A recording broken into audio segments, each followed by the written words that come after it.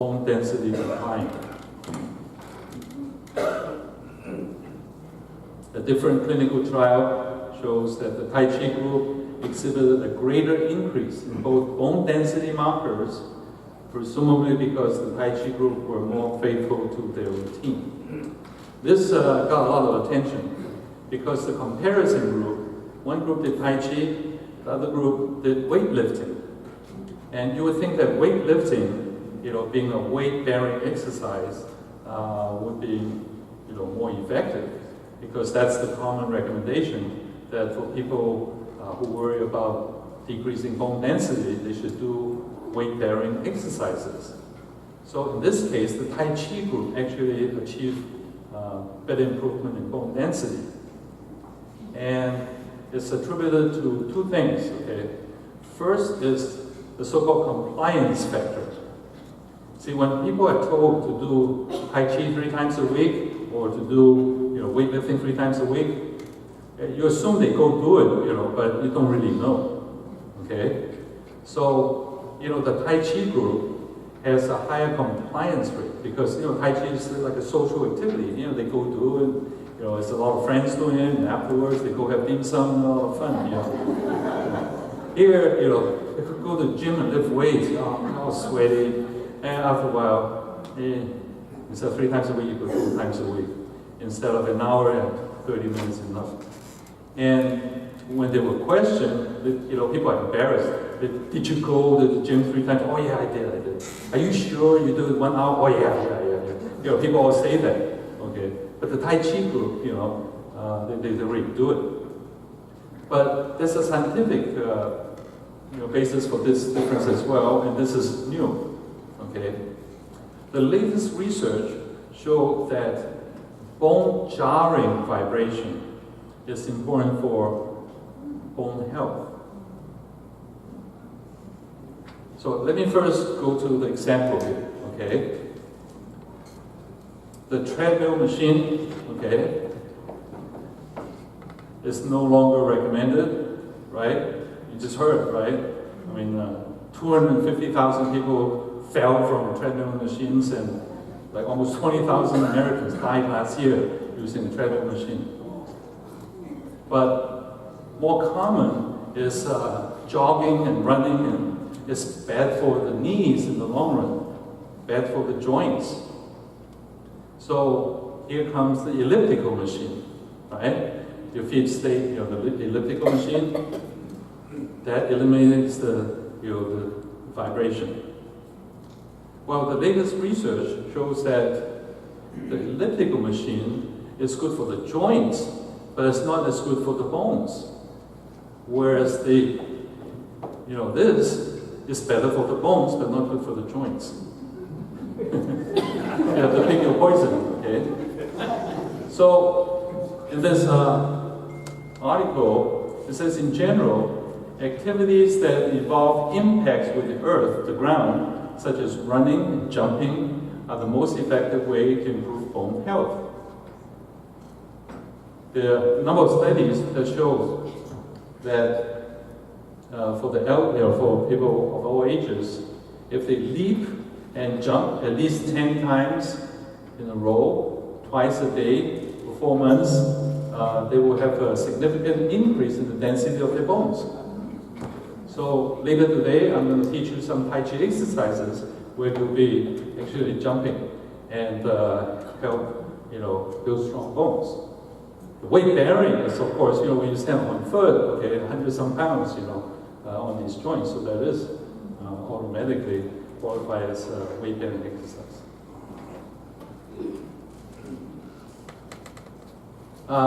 Let me pause for a second here. Ideally, my presentation will be given with like a group of studies, and then you stand up and you learn these techniques.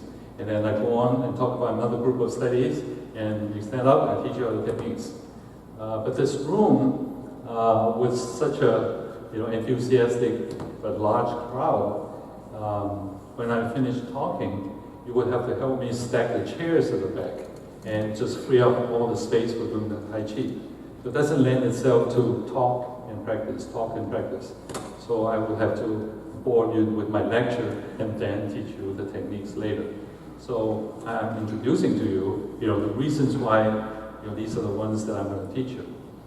So the talk is actually closely linked to what I'm going to teach you in the second half.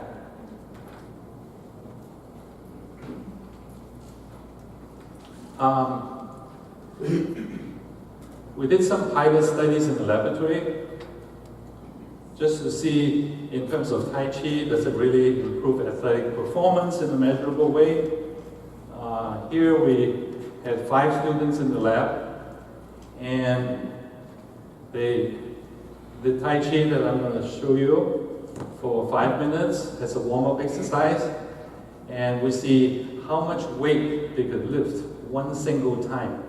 Okay, this is strength. Okay, so one single lift maximum. Compared to another day they come in and they just do some empty-handed warm-up like this, not Tai Chi. And you see all 5 students actually increase their maximum weight that they could lift by a whole average of 10%. Some 5%, some 10%, it was 10%. And increasing your strength by 10% is actually quite significant.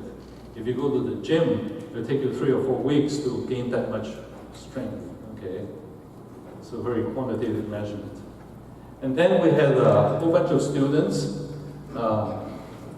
doing endurance tests. So we take half the maximum weight that they could lift and see how many times they could do it. Okay, so if they could do it 100 pounds one time, we say at 50 pounds, how many times can you do it? So most people could do maybe 7 or 8 or 10 times. So that's measuring endurance. And you see all of them, had an improvement in endurance using Tai Chi as simply a warm-up exercise, okay, compared to just regular warm-ups. I'm going to move on to something more general. A lot of times, in your physical, the doctor will measure your metabolic markers to see how healthy you are in general. So this is a randomized controlled trial that compared people doing Tai Chi for 6 months versus not doing Tai Chi for 6 months. And you can see, well, you cannot see here, is the people who didn't do Tai Chi, there's no change in these markers, obviously. But the group that did Tai Chi for 6 months, 3 times a week, okay, they had a decrease in blood pressure. They were a little bit on the high side, 142, 8/87. Now it's down to a very healthy 127/79 on the average. Total cholesterol was over 200 on the high side. Now it's below 200. But more importantly, the LDL dropped and the HDL increased, and triglycerides decreased. In terms of mind function, self-report of anxiety, are you very nervous, anxious, significant drop in that. So easily determined by these metabolic markers that are commonly used. All right. Now we go on to a question. No, they are kept, nothing changed except just Tai Chi or no Tai Chi. Is that once a week Tai Chi or is that every day? That's,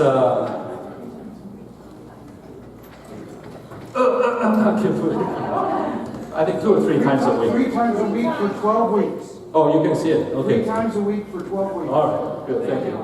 1 hour, 3 times a week. Yeah. Yes? So when you classify Tai Chi as a cardiovascular exercise? If you do it the way I teach you tonight, yes. Okay. In fact, there's nothing, that's a good question. There's nothing magical about this, okay? Any type of physical exercise like riding a bike or swimming will give you these improvements. This is not unique to Tai Chi. What this does show is Tai Chi, is that's a good physical exercise.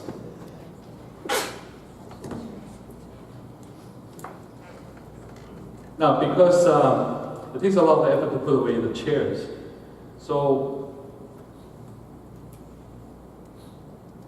we went 15 minutes. Can you go for another 20?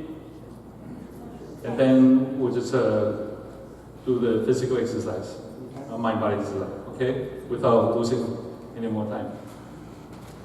All right, blood flow, okay? Just as a preview of what I'm going to talk about next month, blood flow, certainly in Western medicine, is a very important factor. The blood carries oxygen to all parts of the body, takes out waste products, CO2, and puts in nutrients and building blocks.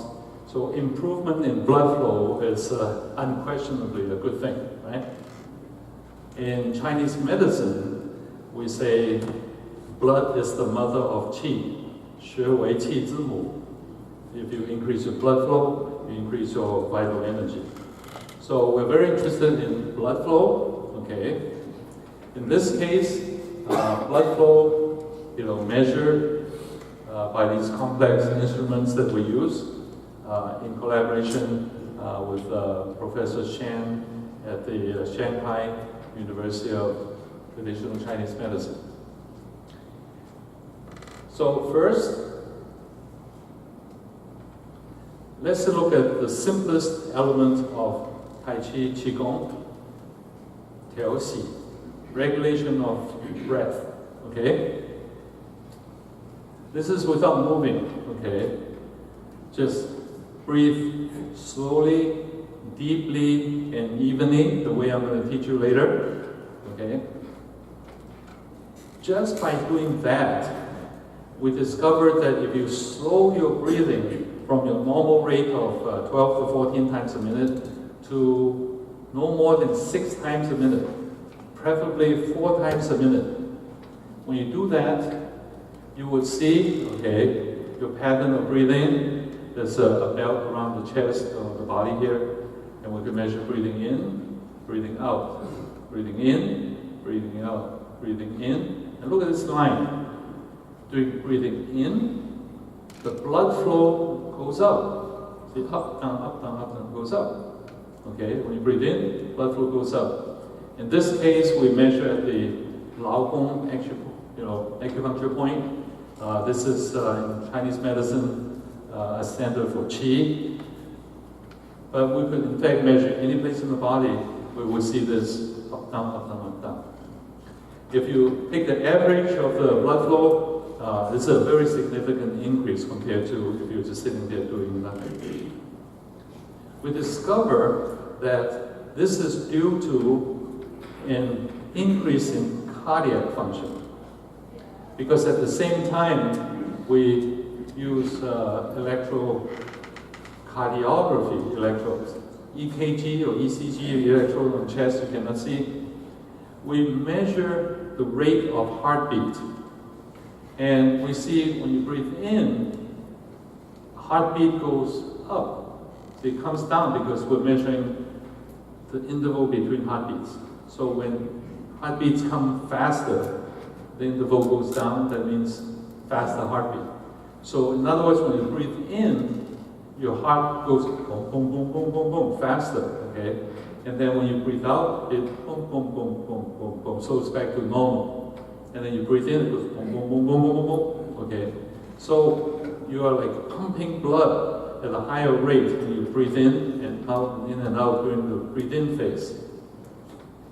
So, like I said, if you control your breathing, which is a semi-autonomic function, normally you don't control your breathing, but if you do consciously control your breathing, you can actually consciously control your heartbeat and thus your blood flow. At the same time, we found that blood pressure is also regulated in a similar way as well. So your breathing is linked to the heart rate. Now you may think, oh, it's a simple explanation because, oh, well, maybe when you breathe in and out, you create a pressure on the heart. Okay. Actually, it's not that. It's the autonomic function, your autonomic nerves that controls the heart. So the signal from breathing actually, goes through the autonomic nervous system and then feeds into the nerves that feed the heart, to get the heart to pump. And the proof is, when we take rabbits and pump the rabbit in the slow rate, this was done in, by my collaborator in Shanghai, pump the rabbit's lungs to go in and out slowly, we will see this whole effect. But when we cut the autonomic nerve to the heart will still beat normally, but it's no longer controlled by the breathing rate anymore. So that's the proof that, in fact, this is a very sophisticated way of controlling, your heart function through controlling your breathing function. Controlling, as I will teach you, by breathing slowly, evenly, and deeply. So you see here, we have a probe on the hand. This is a Grandmaster Clinton leg, and this is called a laser Doppler probe, and the probe is connected to an instrument and the computer. So you see, at rest, okay, blood flow is at about 100%. Without moving, just breathing slowly and deeply, okay, slow to 6 times a minute or 4 times a minute, blood flow can be increased by a whole 50%, which is what I just told you. If you do a Tai Chi movement, like I'm going to show you, like silk reeling movement like this, or closing, these movements, that itself could elevate blood flow by almost 100%. But as I will teach you, if you coordinate breathing in, breathing out, breathing in, breathing out, breathing in, breathing out, breathing in, breathing out, if you coordinate the right way, you can have an additive effect, you have a tremendous increase in blood flow. And the comparison is, if you deliberately do it wrong, or if you didn't listen to me tonight, breathe out, breathe in, breathe out, breathe in, you still get some improvement, but not nearly like this. It's like what they say, it's like pizza, when it's good, it's really good. When it's bad, it's still pretty good.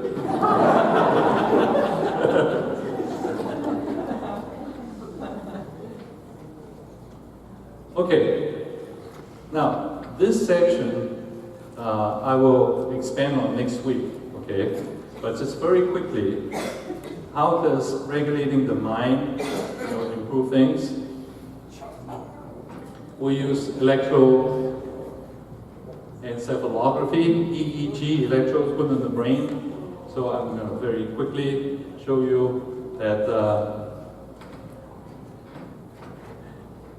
when you are concentrating on a single thought and meditating, okay, this brainwave pattern is called theta and alpha, goes from here to way higher. Theta waves and alpha waves are normally indicative of a person in deep, deep rest. Like if you were in deep sleep, you would get this type of elevation of alpha and theta waves. But when this person is meditating, not only do you see tremendous increase in alpha and beta waves, theta waves, you see an increase in beta waves. Beta waves are indicative of a person who's deeply thinking. So this shows to us that the meditative state is a dual state of relaxed concentration. You're getting deep rest, but you're sharpening your mind at the same time. And the consequences of that I'll show you next month. But for now, just think of, if you just think of only one thing, okay, something pleasant, as I'll show you later tonight, you will achieve, deep relaxation. And that also has important significance in your daily life and work and your academic performance and so forth as well. But I'll talk about that next month. Next, how else might Tai Chi affect mind and brain?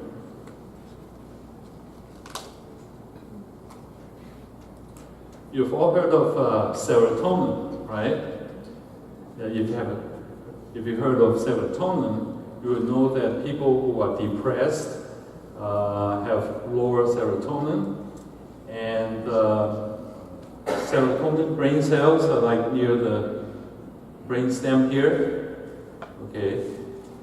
And these brain cells certainly have a lot to do with mood and emotion, mental activity like learning and thinking, sleeping, eating, sex drive, hormone secretion, cardiovascular, respiration. Wow, just about everything important has to do with serotonin in the brain.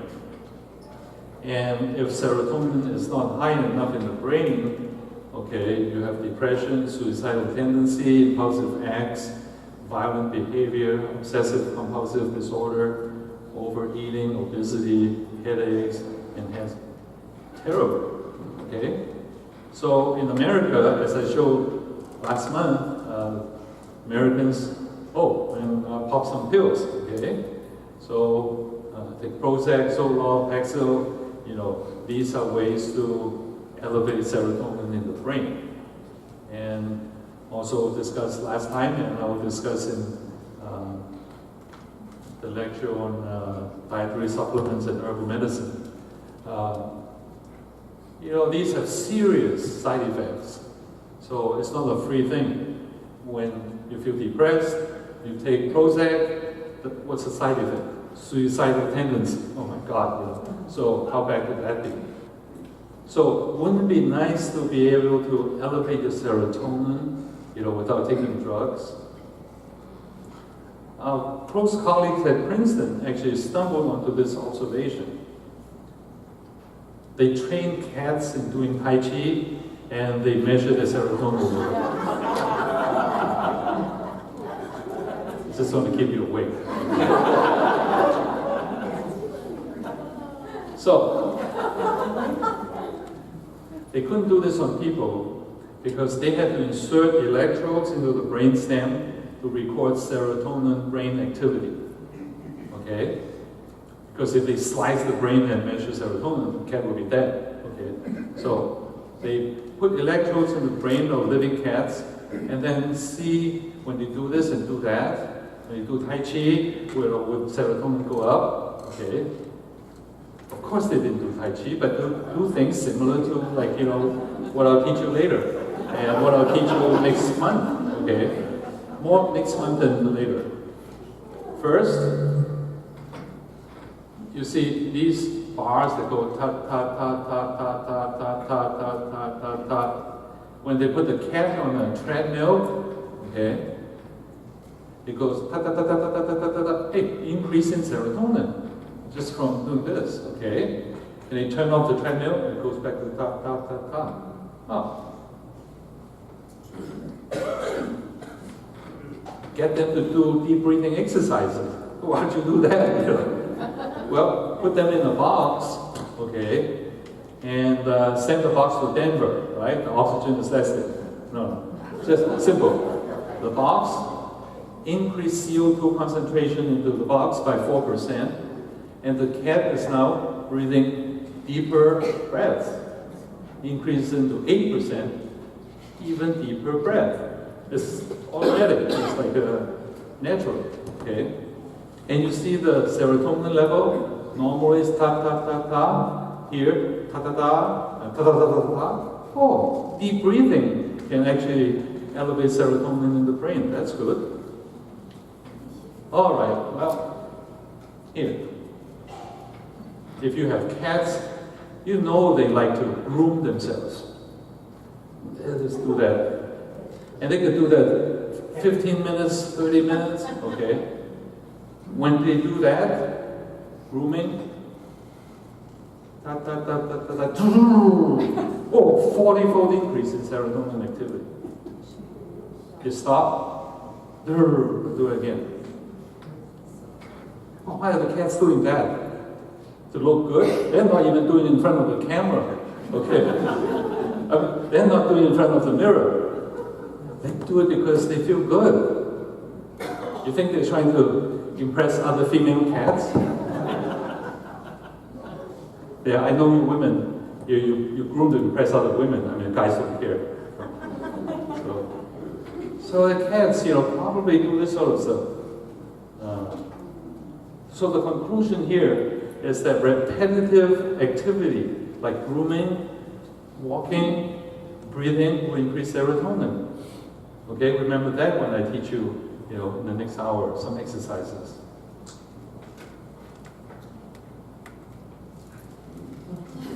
Something else, we talked about treadmill, okay? Yeah, well, this is a mouse, right? If he falls down and kills himself, that's great. Okay? So, this is a classic experiment done at UC San Diego as well as UC Irvine. They divided mice into two groups. One type, they are in a normal cage.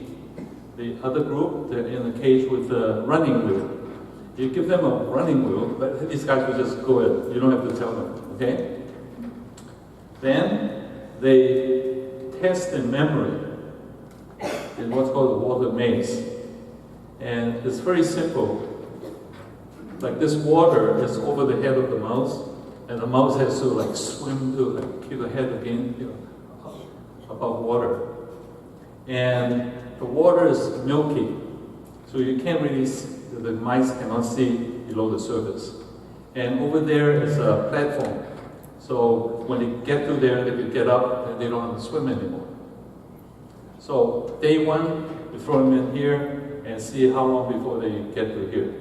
Day two, they take shorter time to get to here. Day three, day four, they go right there because they can remember, okay, where the place is. So this is a water maze, which is a measurement of memory.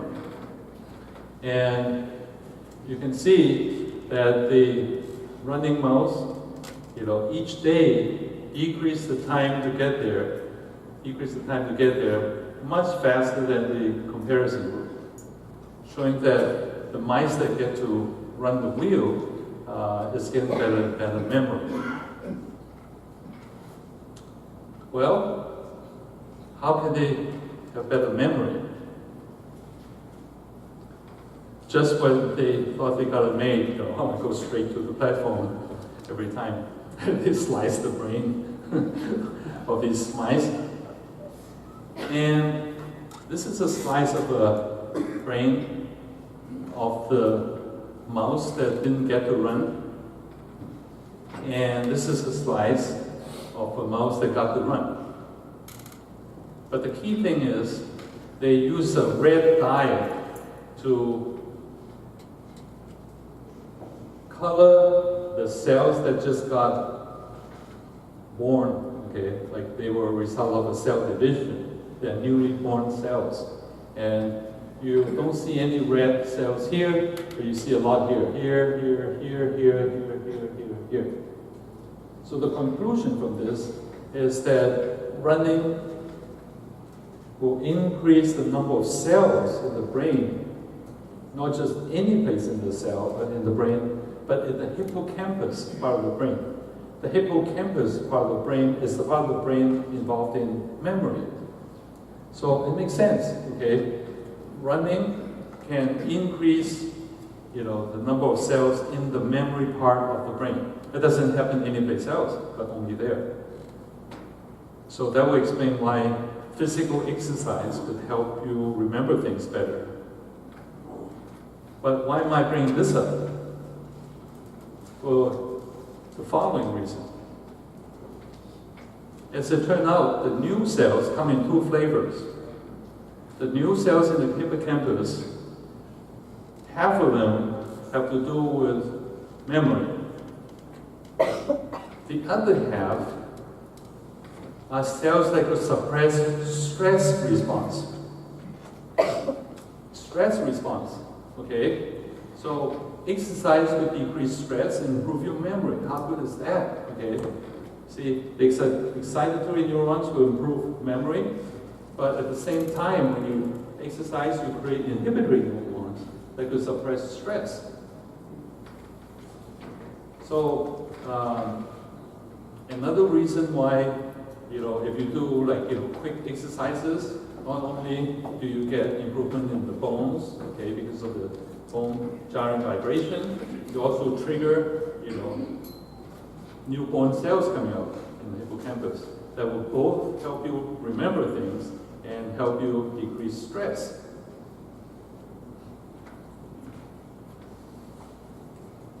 Okay, so I'm almost done. I'm looking at the clock here. Your tax dollars in 2008 helped pay for this study by the federal government through the U.S. Agency for Health Research Quality. This group of paid experts looked at every single paper on clinical trials on the benefits of meditative practices.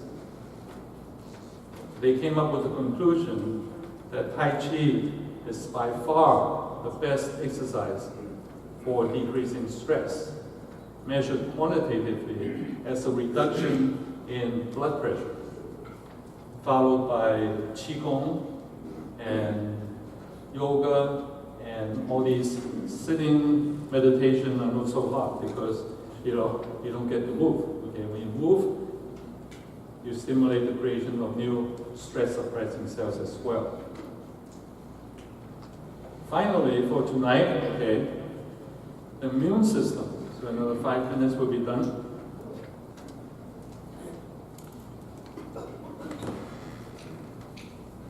We have an immune system that, when healthy, could fight off pathogens like bacteria and viruses. But if your immune system is not doing its job, then these things will win over the end of the disease. Unfortunately, our immune system is very much affected by our nervous system, the autonomic nervous system. You see, when our brain receives stimuli and stress, psychosocial stress, it sends out hormones like cortisol and autonomic nerve signals that could depress the immune system. So when you're under stress, you tend to get sick because you weaken your immune system. And that's the subject of yet another lecture sometime in the future. But simply put, if you can decrease stress, you would be more healthy because you would relieve the inhibition of the immune system. So this is the last slide for tonight. A very famous study done by our close colleague at UCLA. They measure immune marker, something really relevant to the elderly, antibodies to Shingles virus. Every time I walk into Albertson nowadays, it's a big sign. Have you had your Shingles vaccination yet, right? They also trying to do that. Right? 1 out of 3 elderly is going to get Shingles. Okay. So really relevant. If we can boost our antibody count to Shingles, that would be a good thing. So this is a randomized control trial. The subjects were divided into 2 groups, and the 2 groups had the average antibody count to Shingles about the same. And the control group didn't do anything. Okay, so in 8 weeks, 12 weeks, 16 weeks, maybe a slight decline, maybe not. But the Tai Chi group had a very significant increase in antibody levels to Shingles just from practicing Tai Chi. How many times a week? I couldn't see. That doesn't say. I'm just fooling you. 2 or 3 times a week for 16 weeks. All right. So at the 16-week mark, okay, the control group was given shingles vaccination. So their antibody count went from here to here. Big jump, as it should be. This is a log scale here. Okay, so this is a very big jump. The Tai Chi group, you see, but just by doing Tai Chi, they're already at this level. So you can say, wow, doing Tai Chi is as good or even better than getting vaccination. You see, this here is higher than this. You see that? This is not doing Tai Chi, but getting vaccination. This is doing Tai Chi, but no vaccination. But I'm not here to be an anti-vaxxer, you know. Sure, you should get vaccinated, okay? So this group went and got vaccinated. They jumped all the way up to here. How high is that? You see the dashed lines? That's the shingle antibody count of a 30-year-old, average 30-year-old. Just like Back to the Future. You know, these old guys are now like 30-year-old or better, just from getting vaccinated and doing Tai Chi. So this is a very well-known study from UCLA and often cited because it's real-life situation. Okay, so I will end tonight by telling you next month I will continue with this lecture. I will talk a lot more about the effects of meditative practices on mind-body function. In addition, I'll talk about the effects, the benefit effects of stretching on relieving pain and inflammation and cellular and molecular mechanisms that have now been worked out. I will talk about a rather controversial subject, what is Qi, how one could measure body energy as heat, light, and electricity, and that these things all go up when you practice Tai Chi and Qigong, whether you call it Qi or not. And then both in this lecture and the subsequent lectures on acupuncture, massage, and diet, I will talk about the commonality of all of these effects produced by Qigong and Tai Chi compared to the effects by traditional Chinese medicine therapies such as acupuncture, moxibustion, gua sha, herbal medicine, and so forth. So that is still to come. Check at the top or check at the next step to the second one? Huh? 8 or between 8 or June 1st? Should be June 1st. Oh, June 1st. Okay, I'm It's sorry. just a typo on the slide. June 1st. I'm glad you pointed out. This is June 1st. Right. June 8th, I'll be in Europe. The June 1st or June 8th? June 1st. June 1st? The tickets say June 1st. June 1st. June 1st. Yeah. No, it was originally June 8th, but it was changed to June 1st because I won't be around. Okay, let's just quickly take a 5 minutes Okay. break. And if you have a question, just come here.